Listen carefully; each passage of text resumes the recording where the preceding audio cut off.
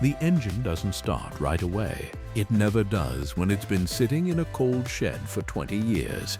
You hear the starter grind first, slow, deliberate, like it's remembering what it used to be. Then a cough, a deep, hollow cough, and then it catches. One cylinder, then another, then all of them finally lining up in rhythm, like old men finding their stride again. Blue smoke hangs in the air. Diesel, raw, honest. And if you've ever stood next to a machine like that, felt the vibration through your boots, heard that uneven idle settle into something steady, you already understand what this video is about. Because there's a reason some of these tractors never left the farm. Not sold, not scrapped, just kept. Through drought years, through the 1973 oil crisis, through the farm collapse of the 80s, when neighbors disappeared and auction signs went up like gravestones, the machine stayed. And here's the part most people miss. Some of them still outwork what you can buy brand new today. Not faster, not cleaner, but better, in ways that are harder to measure. Simpler systems, mechanical honesty, no computer deciding if you're allowed to start your own tractor. Look, I'm not saying modern equipment doesn't have its place. It does. GPS guidance, emissions compliance, comfort, all real improvements. But there's a different kind of reliability that came out of the years between 1950 and 1990. A kind that wasn't engineered in a lab. It was tested in fields, day after day, season after season. Let's start in Waterloo, Iowa, 1963. Number 1. John Deere 4020. When the John Deere 4020 rolled out of the Waterloo Works in 1963, it wasn't just replacing the 4010. It was correcting it, roughly 94 PTO horsepower, about 84 at the drawbar. A 6-cylinder engine, 404 cubic inches, built right there in Waterloo. Diesel, gasoline, or LPG options, though diesel quickly became the standard. Shipping weight around 9,000 pounds, depending on configuration. Production, just under 185,000 units between 1963 and 1972. That's not a typo. The man behind much of its engineering direction was Theo Brown, one of Deere's key figures during the new generation era. And what they got right here was refinement. Power shift transmission, optional, but transformative. 8 speeds, no clutching under load. Farmers who ran one never forgot it. Here's what most people don't know. The 4020 wasn't the most powerful tractor of its time. Not even close, but it delivered power in a way that felt usable. Hydraulics that responded instantly. Steering that didn't fight you. An engine that would lug down without quitting. I remember the first time I heard one pulling a 5-bottom plow at a show in Indiana. You could hear the engine dig in, but it never stumbled, just held. Original price sat around $6,000 in the mid-60s. Adjust that today, you're looking at roughly $55,000. And today, a clean, restored 4020 can still bring $25,000 to $40,000, depending on condition. That's not nostalgia, that's proof. By the late 60s, horsepower mattered more than comfort.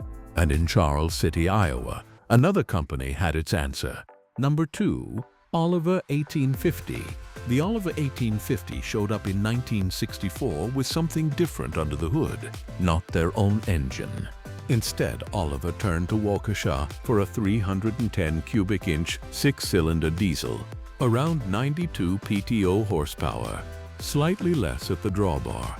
Shipping weight in the 8,000 pound range. Now on paper, that doesn't sound revolutionary, but Oliver did something clever.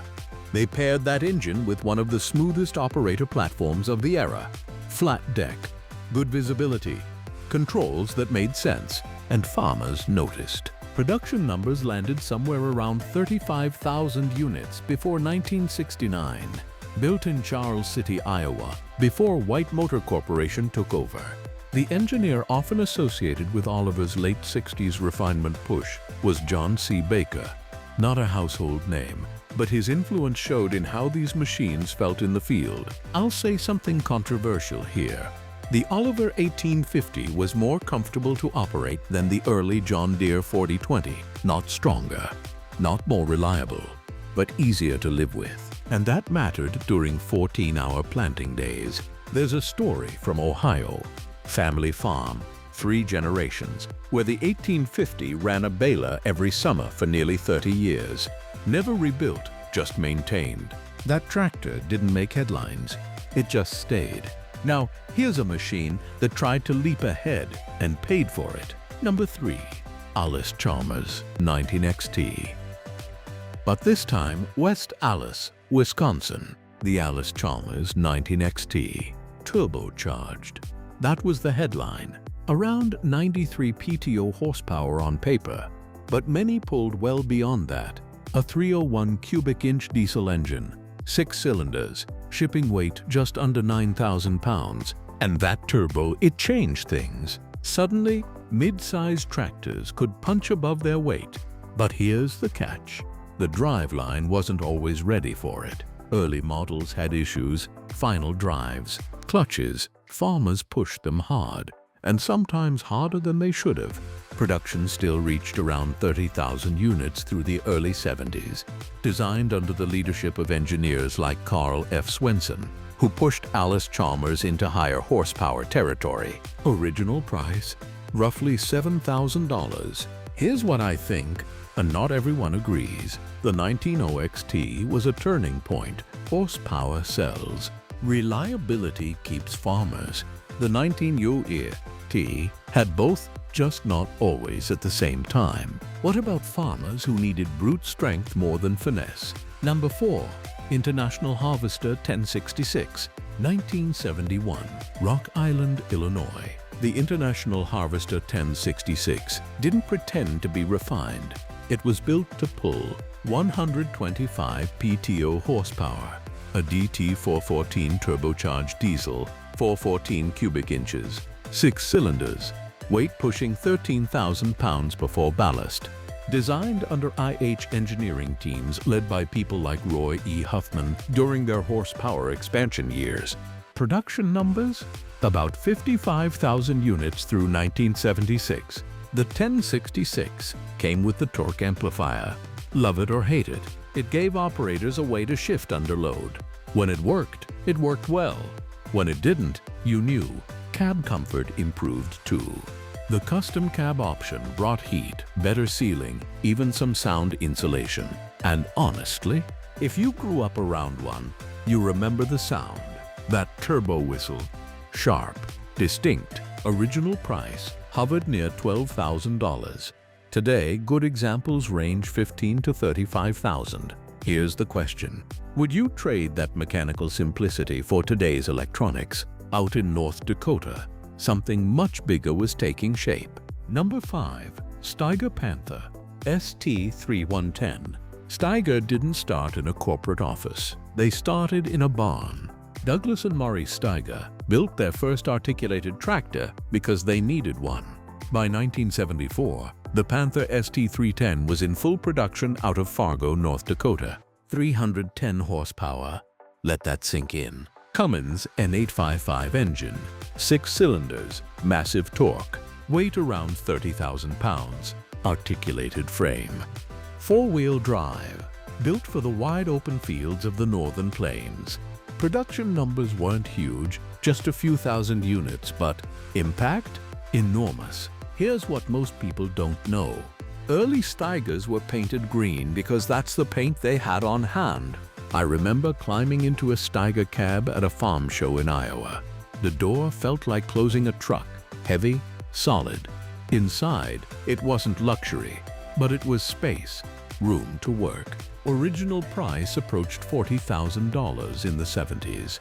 Today, restored Panthers can exceed $100,000. Steiger built it. Farmers couldn't kill it. 1977. Number 6. Ford 9700. By the late 70s, Ford was serious about competing at higher horsepower levels. The Ford 9700 delivered around 135 PTO horsepower. A 6-cylinder diesel, 401 cubic inches, built in Basildon, England, though many units were assembled for the US market. Weight hovered near 12,000 pounds. Ford introduced the dual power transmission. Shift on the go, simple in concept, effective in practice. Production numbers were lower than Deere or Eichach, roughly 15,000 units, but the 9700 carved out its place. Here's the thing, Ford tractors from this era don't always get the respect they deserve, but they were efficient, fuel-conscious, especially after the 1973 oil crisis shifted priorities. Original price around $14,000, and out in the field running a chisel plow. That engine note would settle into a rhythm that just stayed there. No drama, no fuss, just until the 80s hit. Number 7. Case IH 714, Magnum, 1987. The farm crisis had already taken its toll. International Harvester was gone, at least in name. Its agricultural division sold to Case in 1985. And out of that merger came the Magnum series, the 714, about 140 horsepower, a 5.9-liter Cummins engine, 6 cylinders, built in Racine, Wisconsin, weight around 16,000 pounds. But the real story wasn't the engine, it was the transmission. Full power shift, reliable. Finally, Case IH engineers, many of them former IH staff, focused on fixing what farmers had complained about for years. Weak drivelines, complicated systems. They simplified. Production numbers climbed quickly. Tens of thousands through the early 90s. Cab comfort improved dramatically. Air conditioning, better seating, visibility. Honestly, I think the Magnum series saved Case IH. That's not exaggerating. It gave farmers a reason to trust the brand again after a decade of uncertainty. And in some parts of the Midwest, you'll still see 740s doing daily work like nothing happened in 1987. Not every company survived the 80s. Number 8. White 2155. Let's step back a bit to 1974, but with the benefit of hindsight, the White 255, built in Coldwater, Ohio. Around 155 horsepower from a Hercules 478 cubic inch diesel. 6 cylinders, weight pushing 14,000 pounds. White Motor Corporation had absorbed Oliver, Minneapolis Molen, and Cockshut. The 2155 was a product of that consolidation. Production numbers were modest, fewer than 10,000 units. And the tractor itself, strong, capable, but caught in a changing market. Here's what most people miss. White tractors often had some of the best operator ergonomics of their time. Flat platforms, logical controls, good visibility. I'll defend this opinion. If White had survived with stronger financing, they could have competed head-to-head with Deere into the 90s. But timing matters. The crisis took the farms. The tractors stayed. By the early 90s, something new started creeping into tractors. Electronics. Number 9. John Deere 4960, 1992. Waterloo again. The John Deere 4960, 175 PTO horsepower. A 466 cubic inch diesel, 6 cylinders, weight around 18,000 pounds. This was peak mechanical meets electronic transition. You had power shift, electronic monitoring, early onboard diagnostics. Designed under Deere's engineering teams pushing into precision farming territory. Production numbers. Around 20,000 units through the mid-90s. Cab comfort reached a new level. Quiet, climate-controlled, controls within reach. But here's where opinions split. In my view, the 4960 sits right on the edge of complexity. Still serviceable, still understandable, but just complicated enough that farmers started needing manuals and sometimes dealers to fix things they used to handle themselves. Original price approached $70,000. And if you've ever driven one at night, lights cutting across a field, it feels like the future arrived early. And then came the end of the century. Number 10. New Holland 8970, 1995. The New Holland 8970, part of the Genesis series, built in Winnipeg, Manitoba, after Ford's transition into New Holland. Around 170 horsepower, a 7.5-liter Genesis engine, 6 cylinders, weight near 17,000 pounds. Electronic controls were now standard. Transmission options included full power shift and early CVT concepts. Production numbers climbed steadily into the late 90s. The cab, spacious, quiet, refined in a way that would have seemed impossible in 1960. Here's the thing.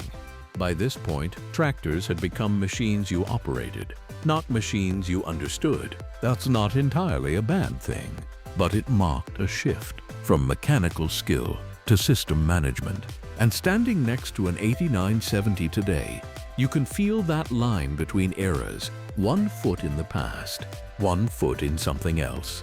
If you line these machines up from the 420 to the 8970, you can see the entire story of modern farming written in steel. The shift to diesel, the rise of hydraulics, the horsepower race of the 70s, the collapse of the 80s, the quiet arrival of electronics in the 90s. It's all there. But here's what stays with me. It's not the specs, not the horsepower numbers, not the production counts. It's the way these tractors were used, day after day. No reset button, no software updates, just maintenance, intuition, and a kind of mechanical relationship between the farmer and the machine. I've seen tractors from the 60s still running daily chores while newer machines sat waiting for parts. That doesn't mean old is better in every way, but it does mean something was different. Simpler systems, fewer failure points, designs that assumed the person operating the machine also understood it. And honestly, I think we lost a little bit of that somewhere along the way. Not entirely, but enough to notice. Because these tractors weren't just tools, they were partners. They asked something from you, and in return, they gave you consistency, year after year. So here's what I'd ask you. If you had to choose one of these machines, not to collect, not to restore, but to depend on season after season, which one would you trust? And more importantly, why?